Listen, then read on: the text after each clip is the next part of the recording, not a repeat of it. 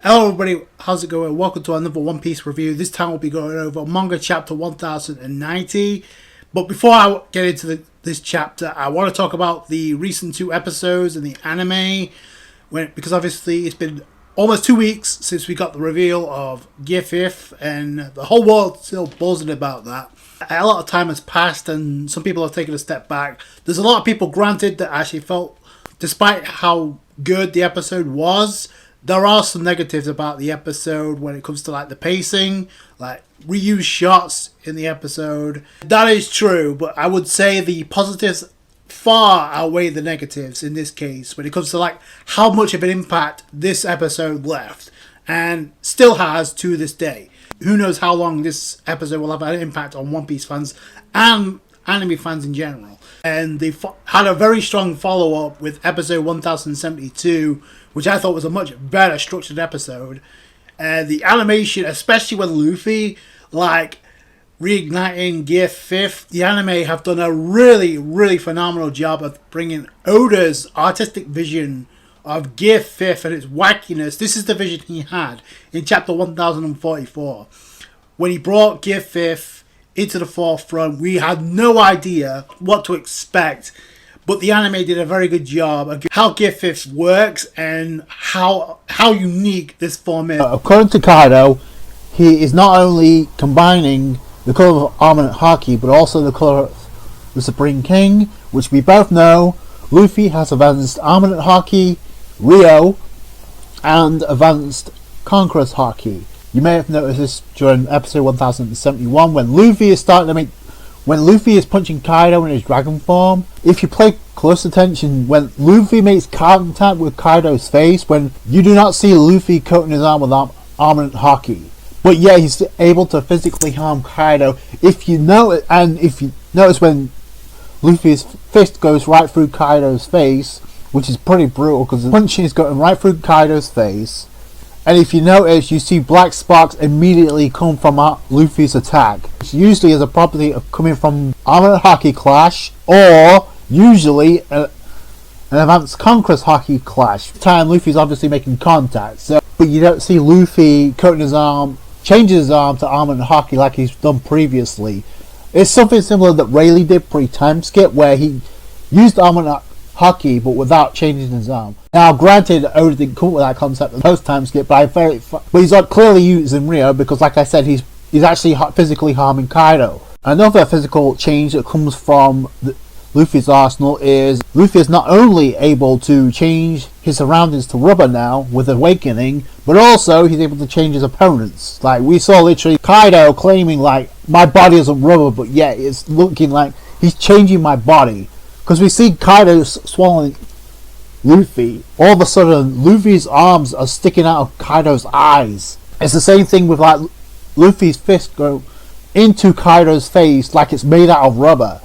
So that should not be the case. So I don't know when he did that. Maybe when Luffy got munched up by Kaido and he was bouncing around inside.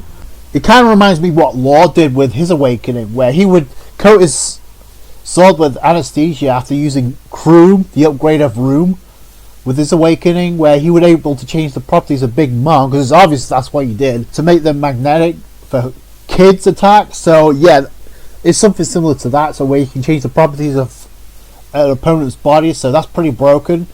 We as the viewers are seeing this for the first time. Well, technically speaking, when Luffy is morphing into Gear 5th for the first time, and you see that incredible transformation scene. Now, the thing to note is, watching Luffy go into Gear 5th, there are some things to keep in note when it comes to that chapter. So, number one, obviously, is like him dancing around. You have the Gorosei hyping it up. That happened in that chapter. But also, not only the silhouette of Sungan Nika being shown through Luffy, but if you pay very close attention, it's on page 9, and this is the same thing, like, it's the same situation with Law, a similar situation with Law, and the whole statement and why I brought that up past 2 anime reviews is because it literally went on the radar because it was in that chapter, but nobody covered it because it was overshadowed by the Hyper Joy Boy, the Hyper Gear 5th. Nobody brought this up, but that moment was in the that statement by Law saying that Luffy's voice has disappeared. That was in the chapter, and I pointed that out why that was important, because it could be related to have the ability to hear the voice of all things. Maybe. But then that saying goes true for most of Law's crew, the Heart Pirates, because they were hearing Luffy talk while underwater when he physically was not talking. That's why I brought that up. It's kind of important. If that, in fact, that's what it's alluding to, then it went over our heads. The same thing here with Luffy and him unleashing Haki. That scene, was, to me, is the most impactful scene in the entire episode of episode 1071. That silhouette of Luffy, and the next thing you see after unleashing his advanced conqueror's Haki, you literally see the sky, the heavens split apart by himself. If you go to chapter 1044, page 9, there is a scene with the sky. You see the sparks of advanced conqueror's Haki in the sky. The next thing you see is the silhouette of Luffy in Gear 5th, clearly. So there are certain things. Now, in that chapter, Oda didn't make it very clear what Luffy did, but if you watch it in the anime, now it becomes crystal clear. So this is a game changer, because it's one thing for having Luffy to have advanced conqueror's Haki, and Kaido said it himself, like it's a combining the color of armament, advanced conqueror's Haki, combining it into what we have with Gear 5th, because Luffy by himself is able to split the heavens, which is a feat nobody up until that point that we've seen has accomplished. Now, could it be possible? Yeah. At the very least, Shanks, if pushed. So I think that's a possibility, but we just haven't seen Shanks pushed. That's the thing. Now, I haven't watched Film Red yet, because there's a possibility of Gear 5th being in that movie, so I wanted to avoid spoilers before I watched it in the anime. I don't know what Shanks does if he uses Advanced Conqueror's Haki, but it's not canon. So if it was canon, then we'd be learning more about Uta right now. So even if you want to go that far, okay, you can make the argument, but it's not really canon at this point. But like I said, there could be some instances where Oda is setting things up for the future, where at the very minimum, Shanks could be capable of Advanced Conqueror's Haki and splitting the heavens by himself. We haven't seen him do that, but like I said, it's possible. Another possibility is by the end game, because we haven't seen Teach. Another thing that leads me to believe maybe Teach will eventually showcase like he has Conqueror's Haki as well. Recently, when it comes to like when he invaded Amazon Lily before his confrontation with Boa Hancock, there's a small clash with Zephyr Hawk or Zephyr Mihawk. When Mihawk is attacking, you literally see Teach for the first time blocking it with Armament and Haki. Like he's not using his Devil Fruit because Zephyr Hawk or Zephyr Mihawk doesn't have a Devil Fruit. So this goes back to what I was saying, like how's he going to be a threat to Shanks who doesn't have a Devil Fruit? So now this makes perfect sense. So Oda showcasing Teach, it shows that Teach has an understanding of how to use Haki in various ways. Now, I don't know if he has observation Haki. We don't know. If he's using armor Haki, who's to say he doesn't have Conqueror's Haki? Because after all, Doflamingo awakened it when he... And plus, Teach is a D, so... Without having to clash with another character that also has Advanced Conqueror's Haki. So that could be setting the stage for Fleet Admiral Alkainu in the future. Because I definitely feel like there has to be something to that. Let's dive into this chapter. We start off with the cover page with Captain Kuro reading a book with heritage on the front. Now, I don't know if there's any particular meaning, considering this is a cover request. We do see some cats, and one of them is wearing glasses and reading a book. So, I don't know if that's referencing Robin, considering she was missing in the previous chapter. But speaking of which, we see Robin in the very first page. That's the first notable thing you see in that scene, in that first opening page. Other than the fact Luffy grabbing the Dendamushi, typically calling out the Gorosei. So finally we get a confrontation, audio confrontation between the Gorosei and Monkey D. Luffy. I'm going to be the man that's going to be king of the pirates. So the only thing missing from this is Emu. So everybody's freaking out. It's like, yo, you might want to cut that out, Luffy. And Robin's like the voice of reason. Like, no, don't give him any intel about what's going on. But the thing is, Rob Lucci gives them intel anyway. It's pretty much obvious. Robin was one of the most notable things in the beginning of this chapter, because a lot of people question, well, where the hell was Robin after the last chapter? You got all the Straw Hats there, but we didn't get to see Robin. And she wasn't the only one. We got to see Stussy and Kaku in this chapter as well, along with most of the Vegapunk satellites. Now it's pretty much confirmed that two of the Vegapunk 7 have been killed. Like Pythagoras and Shaka are apparently dead because we don't see them revived in this chapter. Like Edison comes back to life.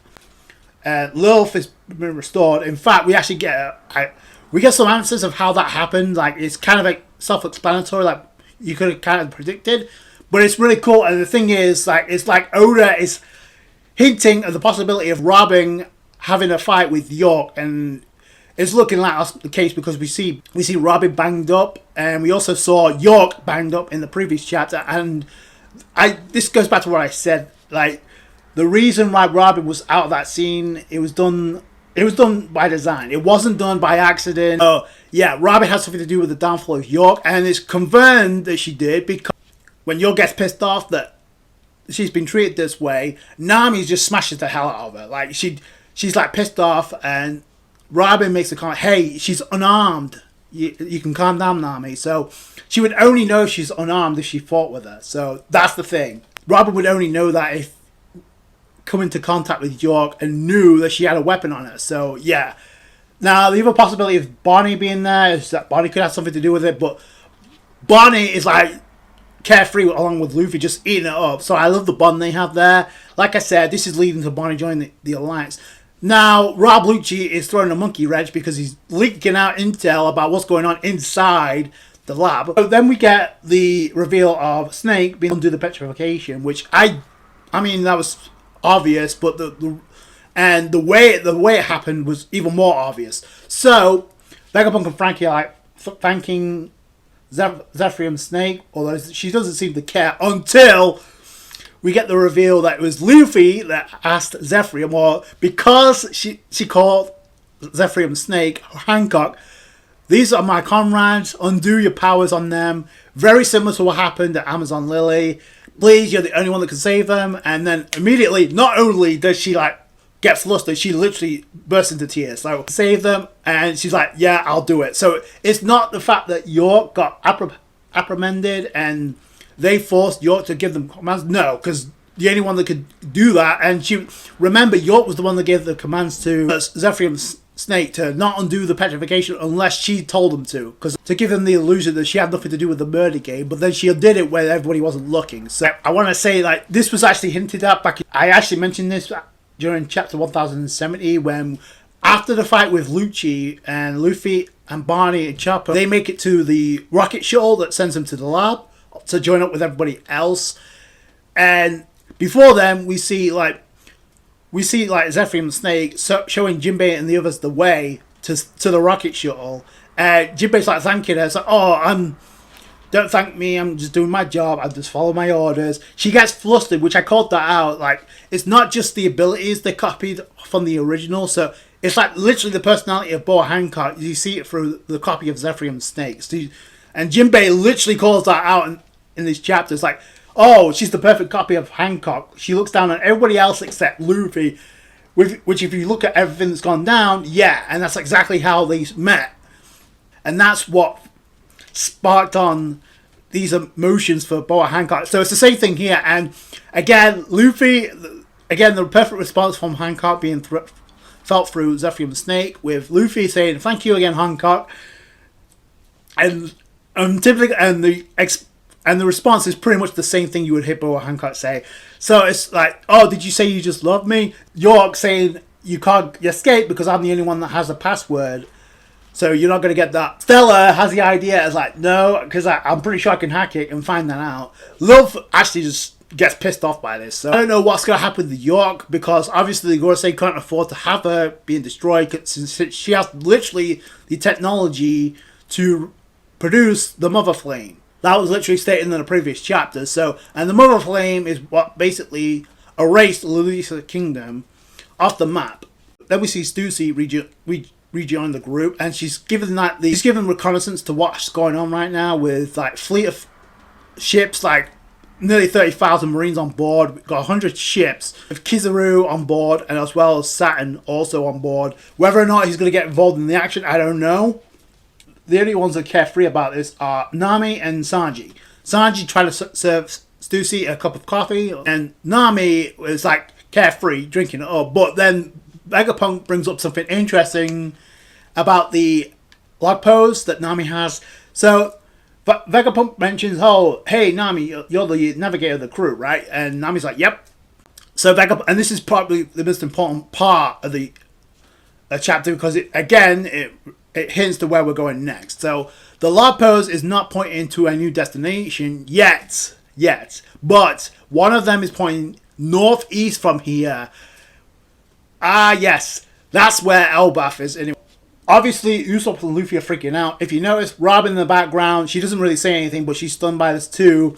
And Usopp, and this is kind of important here to like reestablish the fact that it was Usopp that mentions this. We've been dreaming of going there ever since the Island of Giants, ever since Little Garden. So, and which is true because that's when that was foreshadowed. So, we're finally going there. This is the second time Oda in this arc has hyped up Elbaf as being the next destination. Like I literally said after chapter 1066, like that was literally the next destination, the next major arc we're going into. And not only that, we've already seen glimpses of Elbaf with the confrontation between Shanks and Kid. Now, granted, it's not all of Elbaf, but the thing is, Oda broke the trope. Instead of Luffy and the Straw Hats discovering Elbaf and seeing it for the first time, we literally get a first glimpse through a fight between Shanks and Kid, if you want to call it a fight. Usopp gets to do something. It looks like Robin did something in this chapter, which I'm going to get back into because Oda may go back to this. Stussy's like being frowned upon by Rob Lucci because obviously he's very, very butthurt about everything that's gone down right now. So then they come up with the idea of how to escape Egghead Island. This proves to be a mistake because of, like I just said, Lucci spilling the beans and giving the intel to the enemy. They can't travel by sea because it's been blocked. So the only way to do that is to escape by air. Which Frankie says that's not a problem because we could use the Coupe de Burst. We could use Cola to fly off, assuming they can get to the Sunny. So that becomes the problem. So all that's great. It looks like they split off like again. So we see Lil, we see Luffy, we see Barney, and we see Frankie all split up from the group, and they headed to the Sunny. Now the problem with this is two. Number one, they're leaving the rest unattended. Some of them wounded, as Luffy he literally blurted that out that they were wounded, which that's where they decided, hey, cut the communications off with the Dendamushi right now. By the way, while they're running to the Sunny, we have some interaction again with Luffy and Barney. Done by design. I can't stress this enough. Like this is hinting at the Alliance because now because not only is she done with like killing Vegapunk, Barney response, same here, we won't get to eat anymore tomorrow, so let's bring some more pizzas. And Luffy's like, nah, it's alright, we got Sanji with us, and this is the first instance where the Alliance gets teased. So I mean, it's not really teased at this point, it's pretty much all but confirmed. So I see what a great man, skilled at cooking, at the same time strong in battle. So I'm not going to say it's romantic, I'm just going to say she has appreciation for Sanji. So that's number one. Number two, as I just mentioned, Luffy actually brings up a important point. So why did you get in the mood all of a sudden? And then Barney responds, I'll admit, I feel better now I gave up on killing Vegapunk, which is something I just mentioned. So now this obviously has to do with the memories she saw about Kuma, but the fact we haven't seen anything of that since then. It's like, and because Luffy's like, good, we won't be annoyed by her crying anymore like last night. Obviously, what she saw must have been really heart-wrenching. Oda's not going to tease that if he's not going to show it to us. There's a lot of reasons that lead me to believe Oda is not going to skip certain things that were hugely revealed in this chapter. Like, he showed the whole thing about Zephyr and Snake being the one to do the petrification via Luffy request, and then this is where we get the confirmation that Lucy's been giving them intel because Lucy has made contact. Now we know what's happening inside. So Charlotte and Kizaru are talking. You heard that right, Bossolino. Straw Hat was talking arrogantly to deceive us, in believing that he has control over the whole situation. But it doesn't change the fact they're still cornered like rats. So Kizaru brings up the whole situation about Sentomaru, and then sounds like just ignore him. I can't, and this is interesting. We get some interesting tidbits of character traits from Kizaru, because in the last chapter we literally found that a flashback of a young Kizaru along with Sentomaru. Kizaru's like, I can't ignore a man who's determined to fight for his duty. Doing that would go against my ideal. So again, in the last chapter he says, and Sentomaru questions Kizaru because like, I can't believe you're actually trying to wipe out Vegapunk. And it's like, well, he committed a crime. He's like trying to learn about the voice century. Can't have that. It's like, we're all cogs in the machine. Again, this is like Oda alluded to. We're going to learn more about Kizaru in this confrontation coming up. Unless like Saturn actually does something, like Kizaru is the only threat right now. At some point, Lucci was going to betray this alliance and actually find a way to actually snitch and give intel and betray the Straw Hats and the Vegapunk alliance. So that was obvious, even with them teaming up with teaming up with Luffy and Zoro.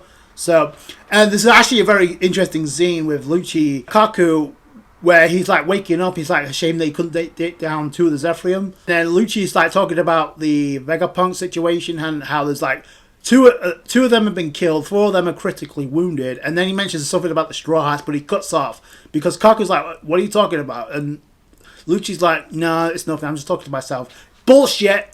Yeah, he's thinking about, what else could he be thinking about but betraying? He's butthurt that he got his ass handed to him by Luffy, and he's also butthurt that Stussy betrayed him. So, then all you see is Kizaru, and the shading, by the way, in these final pages are epic. So, you see Kizaru lighting up the Yatamura, and I don't know if he's like sending himself throughout, but then Sentomaru's like, yo, bring it on. Yeah, we're about to get a confrontation between Kizaru and Sentomaru. I don't like Sentomaru's chances considering, number one, he's already weakened through almost being killed by Lucci. And number two, it's Admiral Kizaru. Like, I don't see Kizaru going down. It's looking like the attack's already happened. So I don't know where Kizaru's going to end up. He may end up where Luffy's at, or he may end up where I think he's going to end up, and that's inside the lab. Because that's where the danger is at. Because not only is Zoro nerfed, but also Robin's nerfed now too, because she obviously has injuries and been patched up by Chopper. So she obviously did something. There's obviously a fight between York, like I mentioned. However, I generally think that that's what it's leading to, but Oda didn't really like confirm it. But what conclusion you're supposed to have after this chapter? Like, Robin didn't have something to do with York going down or being taken down? No, I don't buy that. I said from after chapter 1066, because Vegapunk is literally connected to O'Hara, it would make sense if Robin had something to do to defend Vegapunk, because Vegapunk was captured previously by York, so it would make sense. So I kind of want to see that fight go down. I'm hoping, I'm going to give benefit of the doubt, because Oda did show us the Reverie, but I'm hoping Oda shows us this, because he kind of has to. You can't just tease something like that and not give us something, especially with how long it took to get Robin's previous 1v1. How many years did it take? Like, way too many, but the payoff was amazing. So hopefully we get something like that. We kind of have to. The only thing I could see is because Elbaf was literally teased as well. It's like, I mean, I don't know what else you're supposed to think. Like, where's the tension now? Because right now it's like, this is the second time, like I mentioned, like Oda has hyped up Elbaf.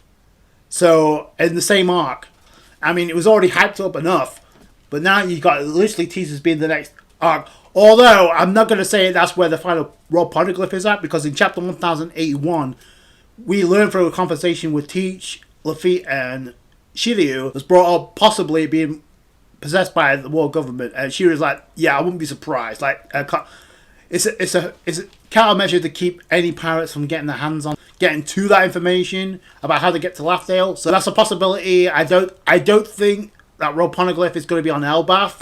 Why would Oda tease like Luffy saying, "Oh, there's a vessel, there's a pitch black ship with a guy on board that possibly sinks people that try to come near it underwater. They get sunk. So if you try to approach it, you're done." Maybe it's a worse work of a dolphin fruit. I don't know why you would hype that up. If give the potential that ship has the final raw poneglyph. Possibly. We don't know. So it could be on Elbaf, but that's now with Luffy and with Barney getting interacted with the crew and actually talking about more than just Luffy.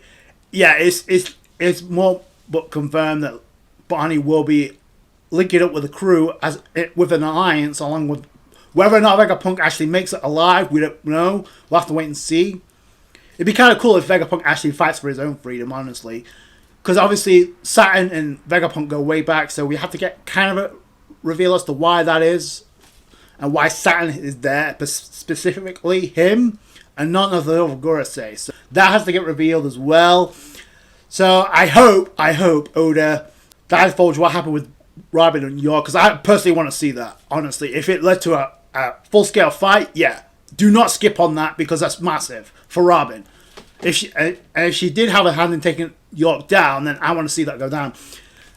Now, granted, they could reveal that in the anime, but I feel like that shouldn't be the case, considering we're literally in the final saga. So, and this is why I was torn and conflicted with, like, yeah, it's great that we're getting the flashback to the Reverie and getting answers, but I was like, why are we getting this now when Oda could have done this much sooner or after this arc? Because it fell right in between a bad place. Now, I know possibly the reason for it is because Oda had to go away to get surgery done. So, you know, he's like, crap, I need to get these done now, because whatever comes next is going to take a shitload of time. So I need to, like, hype this up now. I need to get this revealed out of the way. But I feel like Oda could have done that now, or shown us, like, the confrontation between Robin and York, and then come back to it later on.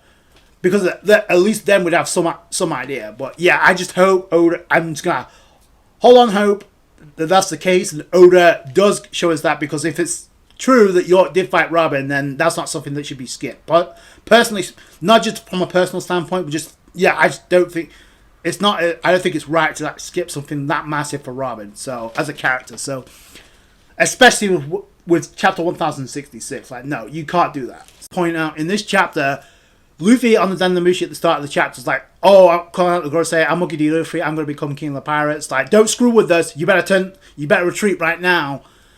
Now, it wasn't just the Marines and the Admirals that actually heard on this. It was literally Morgan's News, Wapple that was there, and ironically enough, Vivi, or should I say Nefertari D. Vivi.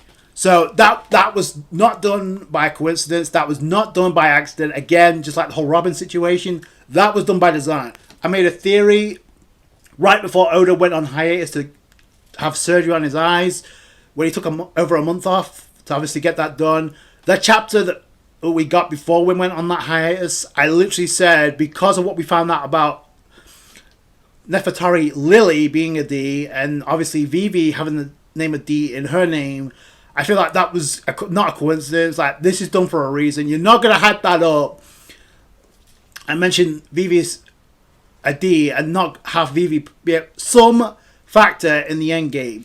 Vivi understand the situation of what Luffy's going through right now. And obviously, it was mentioned that Luffy did not capture Vegapunk. He was literally, like, allying with Vegapunk. So I think that's kind of like the expression. Maybe it's the expression of hearing Luffy again for the first time since Alabasta. So that's really cool if that's the case. But there's also the fact that Vivi has gone through a lot. Because obviously Oda had a point to, like, highlight what was going on with Cobra being killed off by the Gorosei and Imu. And we know also Sabo has to relay that message onto Luffy. So either Vivi bumps into Luffy again, because I don't know why we'd have that scene of them hearing about the conversation about what's going on in Egghead, if there wasn't going to be some type of interaction soon. Or Sabo comes into the picture and actually reveals what went down. But I feel like you already have Bonnie anyway, who was there for most of it, who literally teased spilling the beans anyway at the beginning of the arc during the 4th century. Now, I possibly feel it is like allying with Joy Boy to defeat Emu in the past.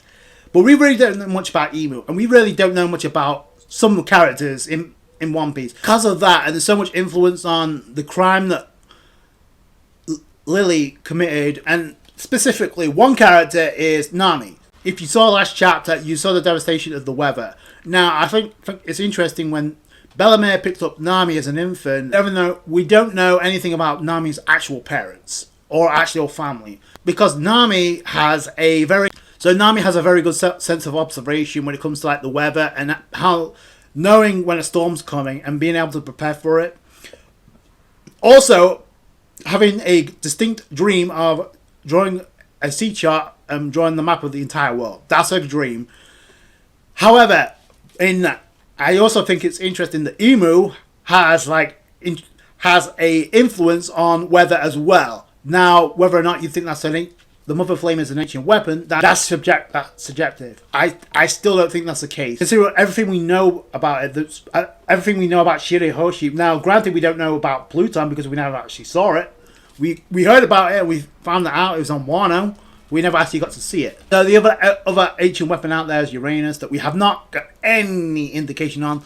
People seem to think it was Uranus that the Mother Flame is being referred to as. I don't know. I'm gonna hold off on that opinion, but I will say I do find it interesting that Imu has an influence on the weather, and Nami has an observation about the weather. We don't know anything about Nami Subbrick. We don't know who her parents were, how she got picked up by Bellamere in the first, and why it happened in the first place. So maybe a previous Mother Flame caused that. We don't know, and maybe Nami has an ability as well. So either Vivi is the ancient weapon Uranus, or possibly Nami has an ability as well that's linked to an ancient weapon. Maybe.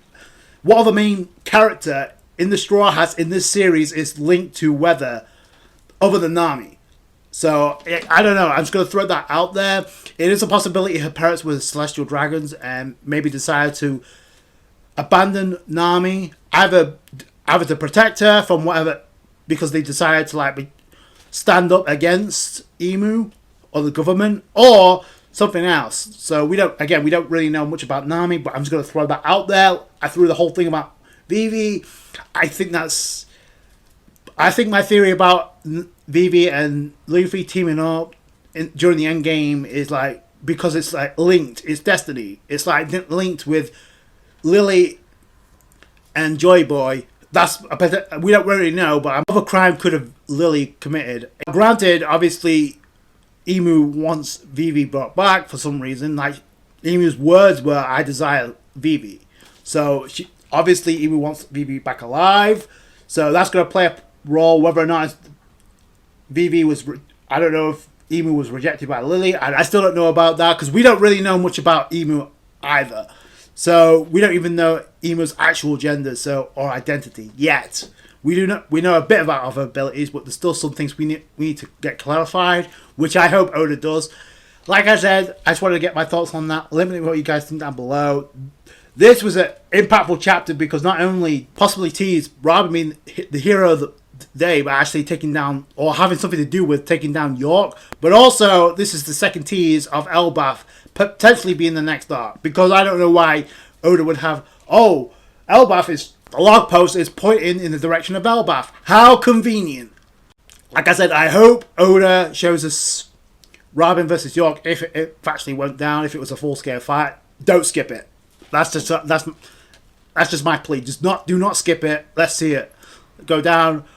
I don't know what's going to happen with Sentomaro, but it looks like we're going to see Kizaru versus Sentomaro in the next chapter, unless something else happens. And Kizaru actually shows up in front of Luffy. That'd be crazy. That's going to do it today, guys. Thank you so much for watching. Like the video if you did it. Thumbs up. I appreciate that. Subscribe channel for more One Piece. Catch you guys later. Thanks, guys.